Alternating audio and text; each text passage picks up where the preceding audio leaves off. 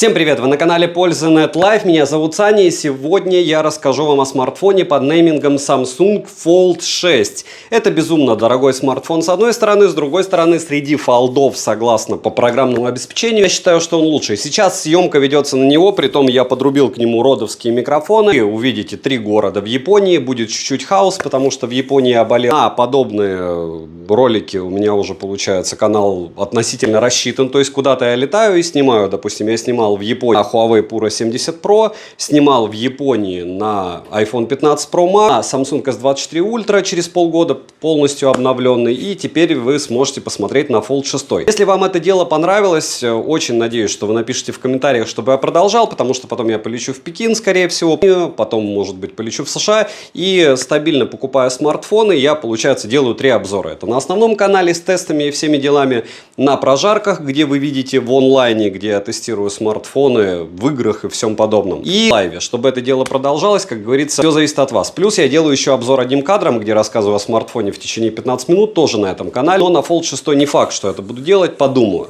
В общем, сейчас вы слышите, как работают не его родные микрофоны, а роды. Хотите помочь каналу, подпишитесь на этот канал, на основной и на телеграм-канал Скида. В принципе, все. Хотите подискутировать по поводу железок, подписывайтесь на ТГ взаимопомощи, нас там 18 тысяч человек, ему, кстати, уже, наверное, лет 5. Мой личный телеграм-канал, там 15 тысяч человек, но чтобы узнать по поводу железок, лучше на ТГ взаимопомощи. Смотрим. 4К 60 FPS, Tokyo, Train Station. И я так залип в S24 Ultra, что забыл делать подсъемы на Fold 6. Вот так сможете себя снимать. Кстати, ощущений хуже, во всяком случае, видео пока нету. Но опять же надо будет смотреть на большом экране. Очень удобно, когда ты что-то там рассказываешь, переключаться. С другой стороны, кстати, из-за много людей ходят со смартфонами. Очень странно, очень непривычно. Я думал, тут чуть ли не вживлены смарты, а по факту без смартов, без смартов. Кто-то говорит, конечно, но вот основная масса идет не уткнувшись. То чувство, когда ты едешь в 3 раза дороже, чем должен, и почти никого нет, но все равно. Какой-то ультра странный экспресс, который стоит неизвестно сколько. X10, X2, X1. И еще немного пригородная Япония.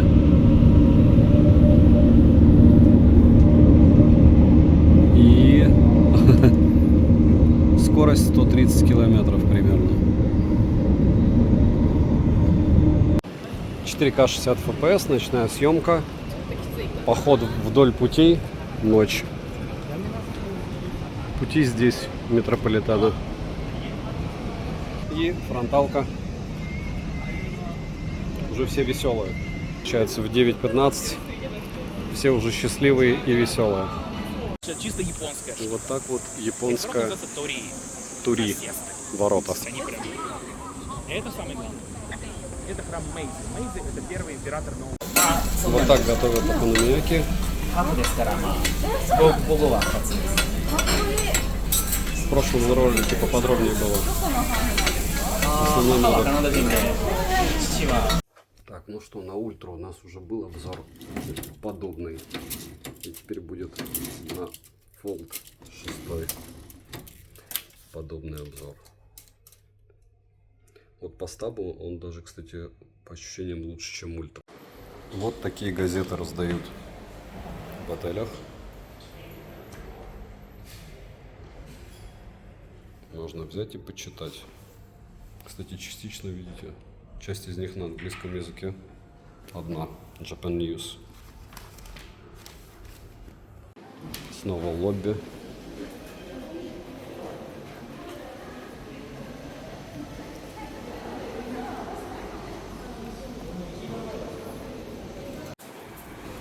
Очередной поход.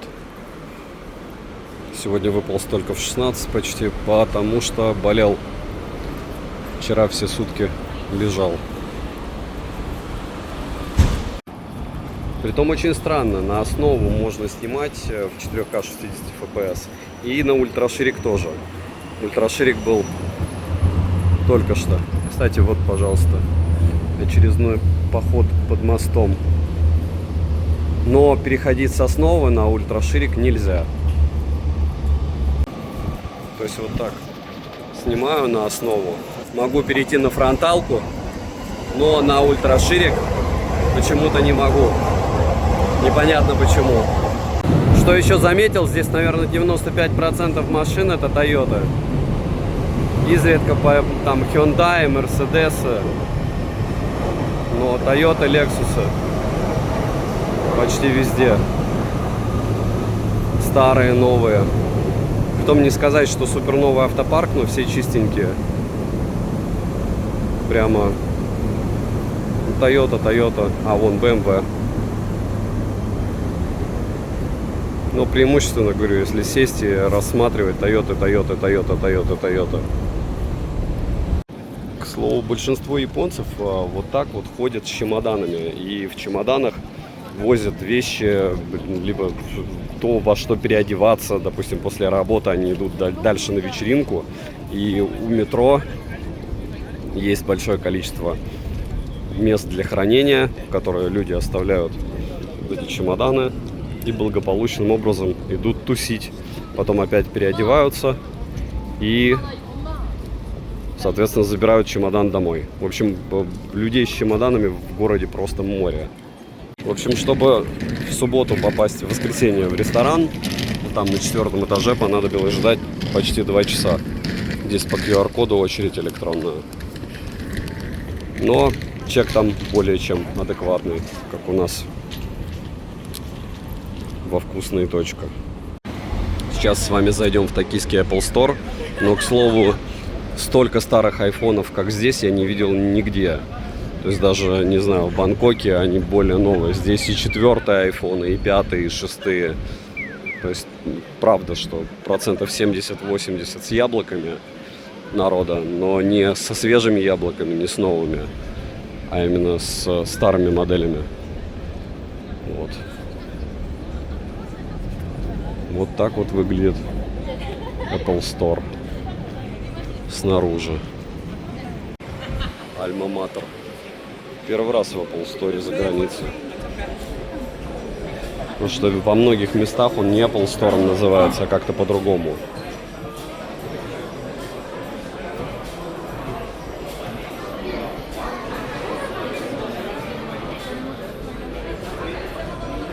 Ремешки.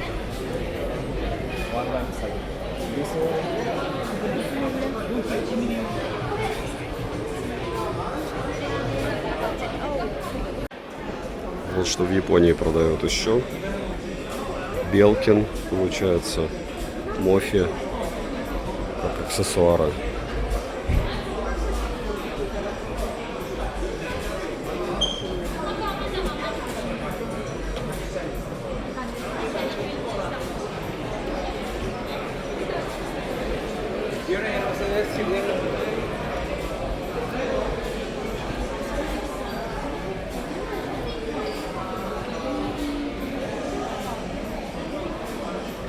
Интересно, кстати, сколько будет в рублях яблоки здесь. Можно штатно примерять чехлы на ваши смартфоны. Оригинальные. Все как у всех. Все как обещали в роликах. И вот цены. Умножаем, получается, на 0,6. И второй этаж на основной модуль. Не знаю, у меня такое ощущение, что здесь очень неплохой кроп при 4К 60 FPS. Но в то же время за счет кропа очень крутая стабилизация.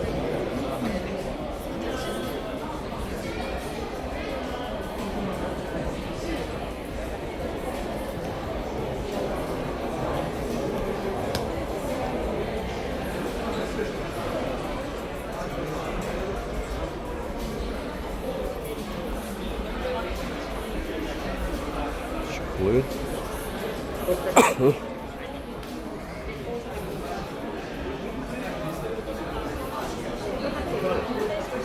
И, разумеется, маки.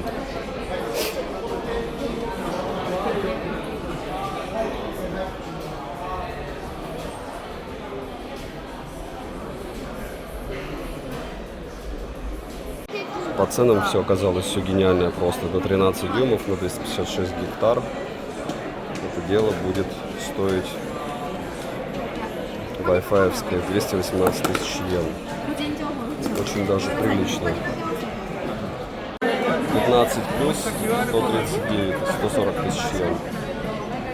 Очень даже прилично. И 15 Pro Max 189 тысяч йен. Это примерно сотка. 15 iPhone 124 тысячи йен. 60 плюс. В общем, около 70 тысяч. Дорого. Ну что, мой последний закат в Токио. Дальше будет Киото. Вот так все это дело будет выглядеть. Говорю, мне кажется, что вот он прям супер плавный. Как бы я не извращался с этим смартфоном, он намного более плавный, чем S24 Ultra, хотя угол у него прям супер маленький по ощущениям. По съемке нет 4К 120 FPS. Конечно, обидно, но можно переключаться, видите, с фронталку на основу, это, конечно, удобно. Ночной вокзал Токио. Fold 6. Площадь.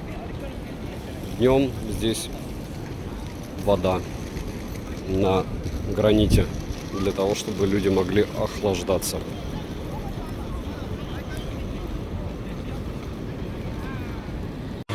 6:30, воскресенье, деловой район, спортзал. Как там самое выгодное — это продавать абонементы дешево, при том, что не факт, что народ будет ходить, правильно? Вот так. Смотрите, там, кстати, кабинки, чтобы пот, наверное, не летел на народ. Так интересно. К слову, днем я байков вообще не видел. Либо это был тот район, где нет вообще байков. А вот сейчас вечером уже они есть. Вот так. Вот те, кстати, палочки, их становится меньше по мере того, как кончается время. Зелененькие, видите? Нет, вы не видите.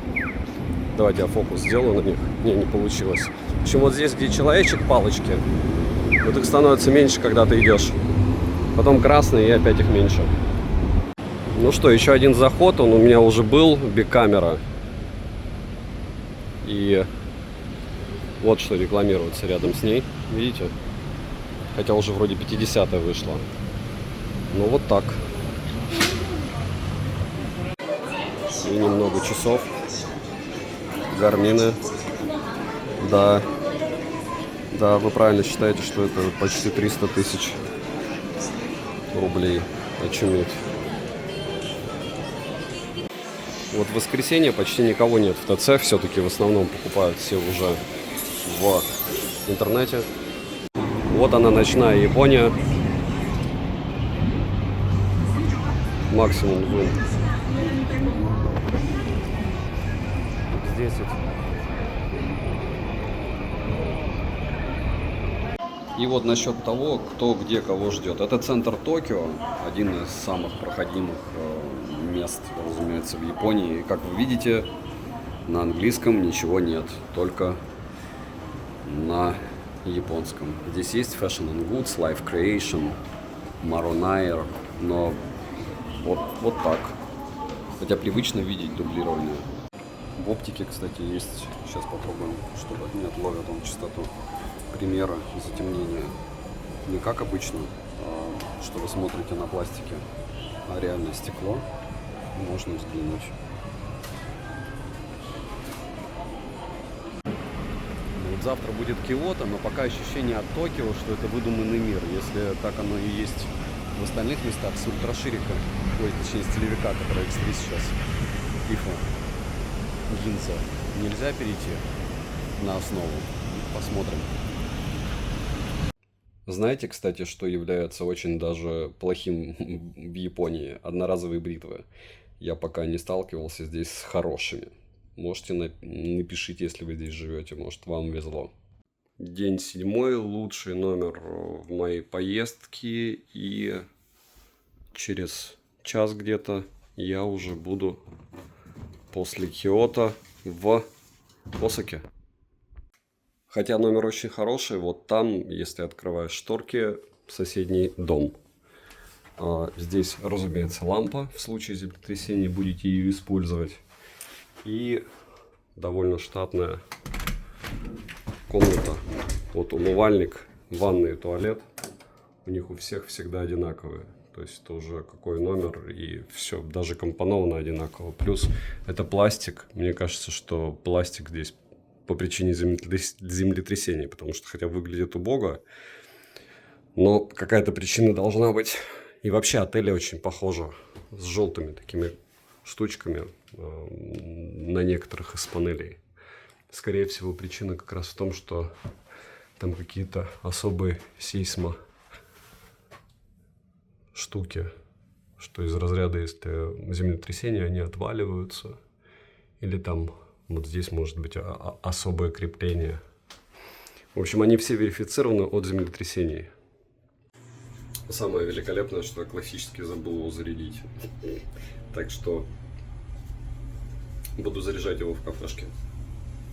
Такая поездка в Киото. С Киото в Осаку. И еще разок. Вокзал Киото. Вы его уже видели в обзоре на Киото на iPhone 15 Pro Max. Можете посмотреть подробнее на этом же канале. Поездка в Осаку. 10:59. Заход в пригородный поезд, кстати. Посмотрите, как народ ждет, как заходят. Закрываются, кстати, двери резко. Всего одна станция.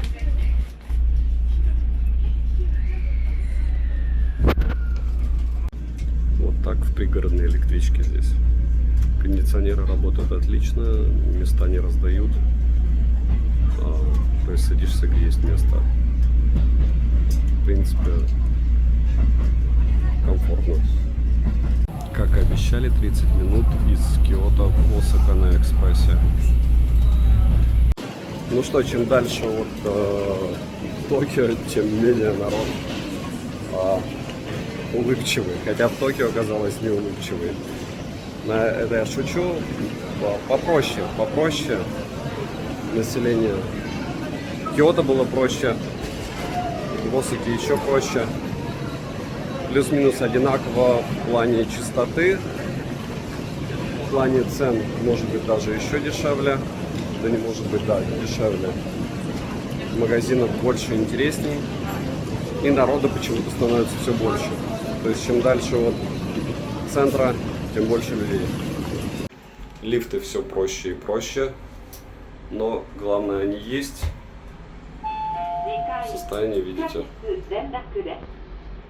В Киото было моднее все. И, разумеется, везде уникло. Даже в метро, в пешеходках. То есть здесь, получается, 1500, допустим, йен. 600 рублей. 900 рублей футболка. Но они живучие.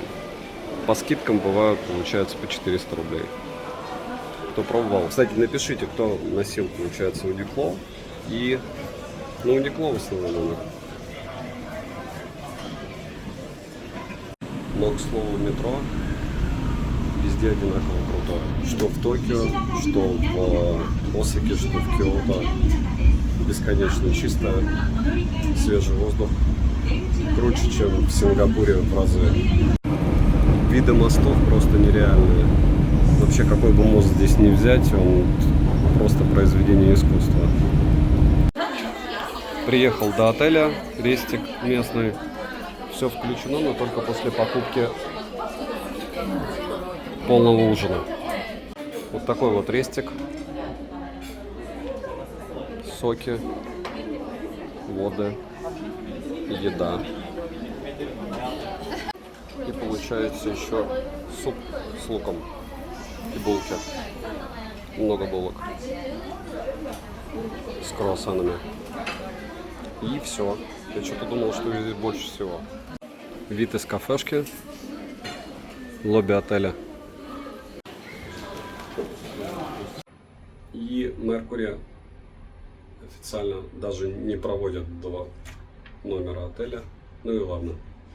Лифт приличный, темный. Видите? Цвета хаки.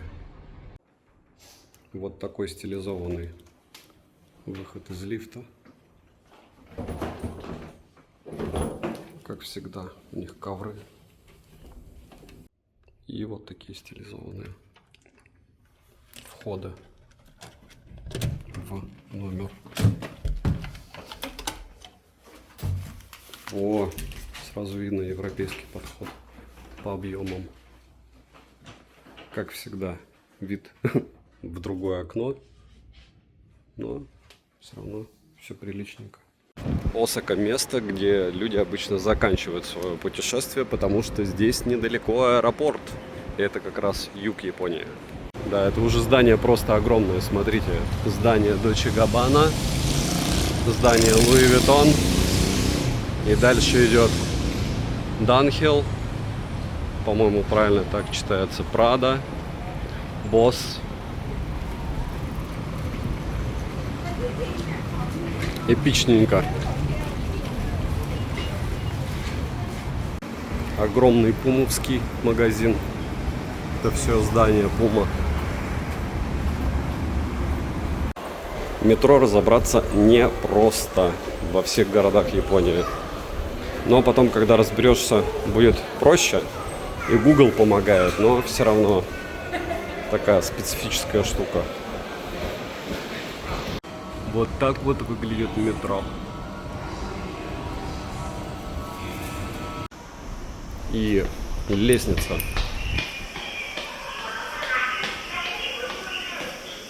Жарко. Очень жарко. Я бы даже сказал, мега жарко. Туда вообще смотреть невозможно. Вот это виды. Это прям виды. Ну и жара адская, как в Волгограде в августе. Просто адская. Это ультраширик. Это основа. Такие же адско нереально классные виды. И телевик. Очень крутой вид.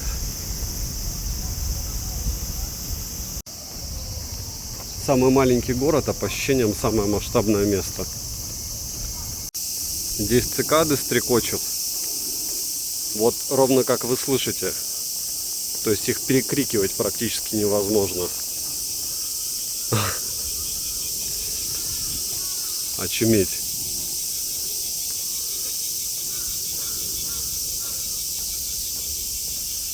В самом конце лучшие виды, как говорится. Прям это масштабненько и эпичненько. Осака. Это прям выглядит эпично. И вот это вот уже похоже даже на настоящее сооружение оборонительное. Ультраширик. Как в мультике. Кто любит мультики про Японию? Вот она такая и есть. Как в мультике. Ультраширик.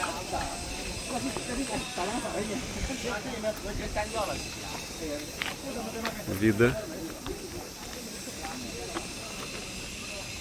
Основа. Осака парк. Миралза. Вот. Пространство.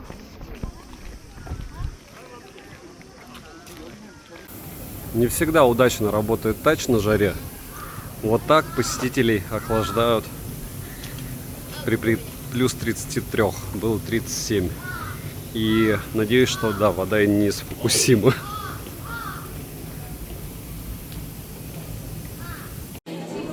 Вот так.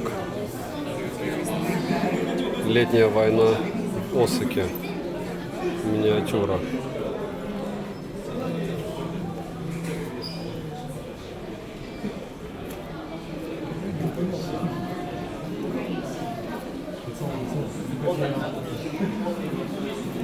Здесь в картинках народ смотрит.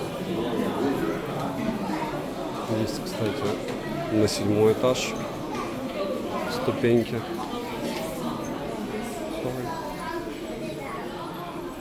Здесь все сёгуны, главное, я так понимаю, прописано. Основные воины.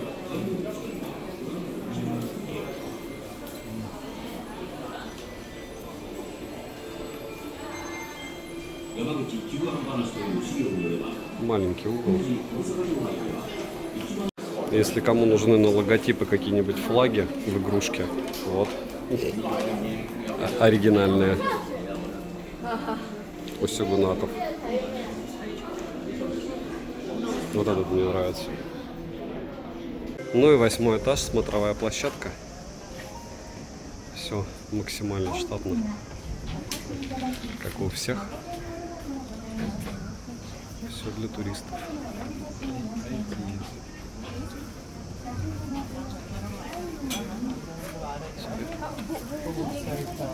Здесь основные достопримечательности.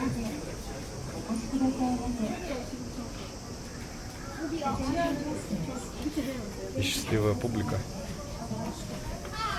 И вот, то есть с каждой стороны указаны основные локации, которые вам могут быть видны. Выглядит классно.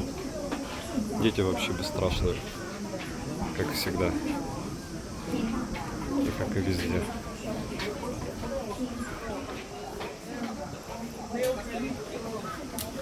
Вот так. Сможете снимать север. То есть тут с каждой стороны получается табличка, на что обращать внимание. Очень, кстати, удобно. А с этой самой солнечной стороны вообще никого сейчас нету. Удобно. Этот замок во время Второй мировой, кстати, американцы бомбили, и он был сильно поврежден. То есть его восстанавливали. И фронталочка в тех же условиях. На 8-м этаже вот такие вот картинки есть с рассказом про то, как город рос 1865 с птичьего полета, с высоты птичьего полета, что здесь было. Это культурное строение. Исторические.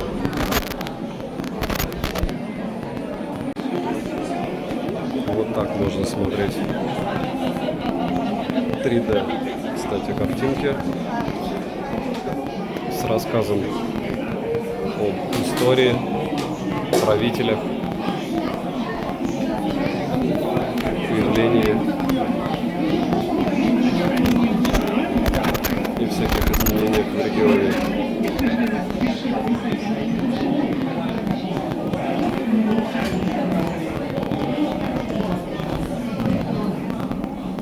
Про постройку из супер огромных камней. И, кстати, все здесь, вот здесь, по сюжетам. 1, 2, 3, 4. И ты так идешь, как фильм. Здесь на видео снимать нельзя, но мы снимем, потому что это броня самурая настоящая, из кожи.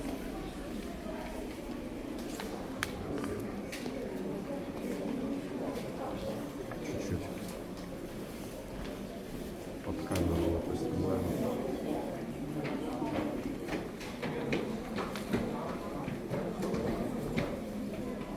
Веера настоящие, карты,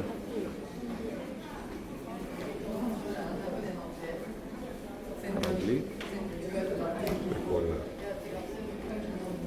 И еще одна броня.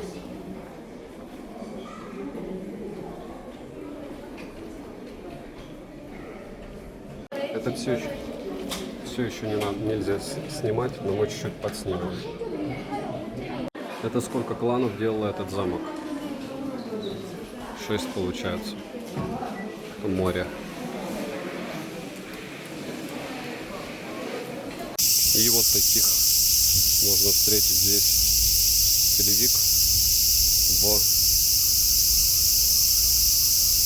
режиме реального времени. Еду и только заметил шторы в метро.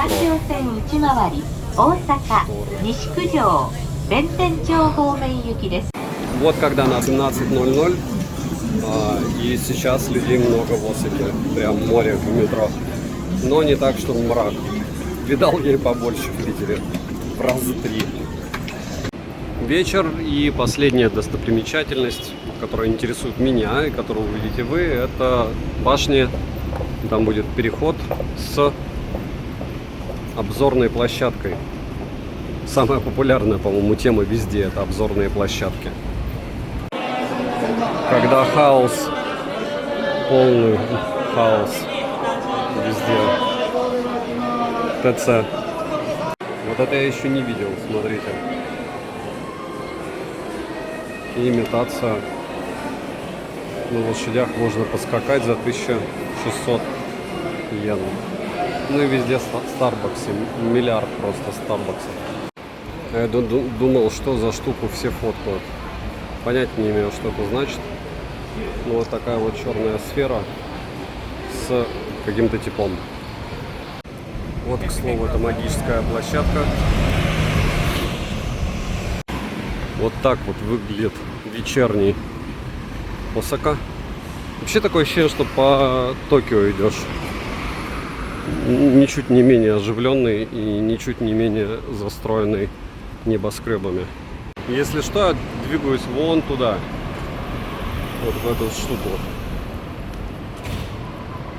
И вот такое вот начало похода в башне.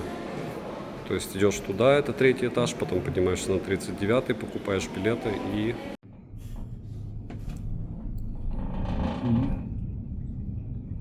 На 36-й без видов. Просто бетон. А нет, вот и виды. Я был неправ.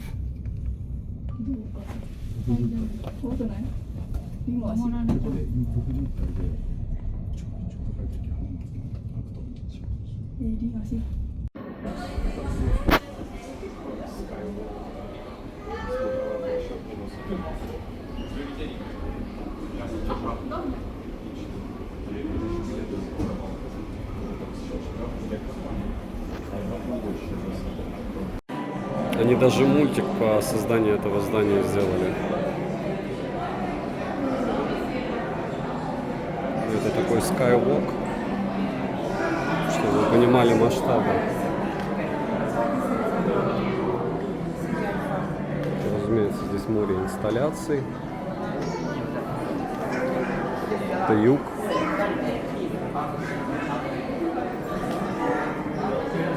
Но нет никакой прозрачной крыши.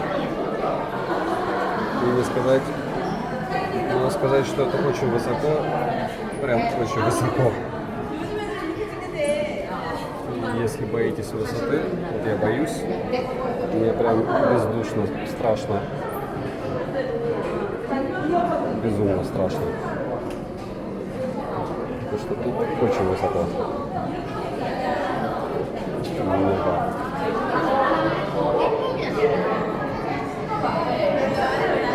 Внутри вы можете увидеть вот крепление и параллельно лифт из вот этого вот здания. А, кстати, видите, вон 2-й этаж. И да, мы везде. Мороженое называется японского содовое. Я думал, если честно, я покупаю воду, в итоге купил мороженое. Воду тоже купил. А вот это то, за что любят это место. Это обсерватория, так называемая. И здесь, конечно, вид просто нереальный. К сожалению, шумы, но, я думаю, вы видите, да? Все.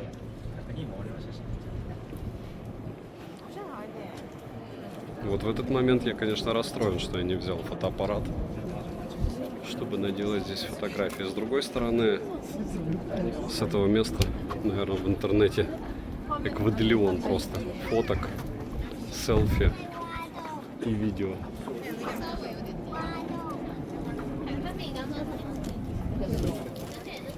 Для примера встанем медленно,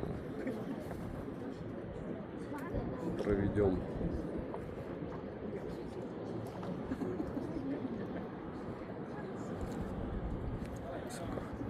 Ну и фронталка здесь абсолютно бесполезна. И вот маркетинг в действии. Это замочки, которые здесь же можно заказывать и потом сюда же вешать. Но я думаю, потом они их утилизуют, когда их слишком много. Ночь. Hermes, парка, Gucci. И это финал дня. Киото намного громче, чем Токио. И вокзал, и люди. В первую очередь, наверное, потому что здесь огромное количество туристов, в отличие от Токио. Прям можно сказать, черт ногу сломит, но главное уже все. Нашел, как ехать. Киото намного громче, чем Токио. И вокзал, и люди. В первую очередь, наверное, потому что здесь огромное количество туристов, в отличие от Токио. Резюмировать я бы хотел довольно просто. Смартфон классный, смартфон дорогой, тактильное ощущение супер. По поводу экрана и всего остального, скорее всего, я расскажу вам в основном ролике, потому что существуют все-таки и Huawei, и Honor, и Vivo, и еще многие смартфоны, которые тактильное ощущение от основного экрана и даже Xiaomi дают получше. Здесь специфический продукт, чтобы его приобрести, всегда необходимо идти в магазин и смотреть его. По ссылке в описании можете посмотреть, сколько он стоит на Яме. В принципе, деньги адекватные, но я советую, если вы видите на Яме магазин, вот, допустим, сейчас, вбивайте его название в Авито и смотрите, сколько там, потому что сетевые магазины, хотя вот через, опять же, какие-то площадки вы получаете доп. Гарантию, с одной стороны, с другой стороны, ценники там обычно выше. Но это такой мини-лайфхак, чтобы покупать у дома. Опять же, разумеется, чуть-чуть опаснее, чем через какую-нибудь площадку заказывать.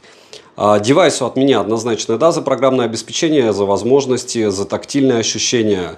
Но ждите обзор, потому что там будет много всего полезного и интересного, если вы решите себе покупать фолды. Но фолды и флипы никогда не покупайте, если вы не пришли в магазин и как минимум туда полчаса не позалипали. Добра и удачи вам, дорогие друзья!